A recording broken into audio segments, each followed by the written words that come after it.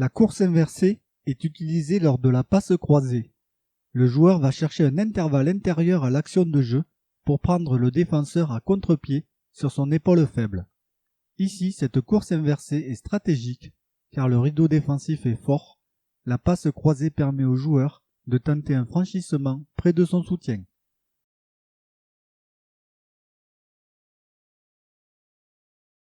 Toujours sur la passe croisée, la course inversée permet aussi de fixer un adversaire pour ouvrir un intervalle. Dans cette action, le joueur va tomber sans fixer le défenseur. Le soutien ne pourra donc pas franchir.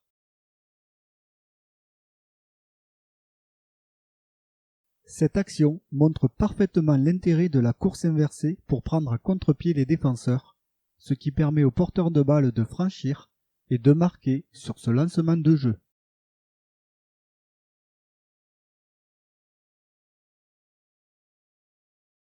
On retrouve la course inversée sur le passage à vide pour leurrer la défense et l'empêcher de glisser. Ici, l'action s'enchaîne par une autre course inversée, utilisée pour un jeu à hauteur. On voit clairement le défenseur orienté vers l'extérieur avec ses appuis au sol. Malheureusement, le porteur de balle va se faire attraper une jambe. Il s'en est fallu d'un rien pour franchir. Sur ce jeu à hauteur, comme le rideau défensif est dense, le défenseur anticipe et s'oriente vers l'intérieur pour être fort sur son épaule intérieure. Mais le Gallois impose sa puissance pour ne pas subir. Ici, lancement de jeu avec un premier passage à vide, suivi d'un deuxième pour ouvrir l'intervalle au 10 qui est dans l'axe. Mais l'action est très limite car le joueur vient percuter le défenseur. Le 10, même s'il a le choix de passer à l'extérieur, prend logiquement l'intervalle qui s'ouvre devant lui.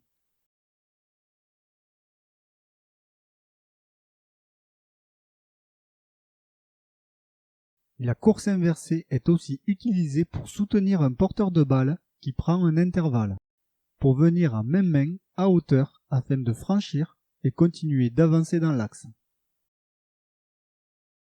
Enfin, si le joueur qui prend l'intervalle ne peut transmettre le ballon, venir en course inversée permet de soutenir pour conserver en déblayant.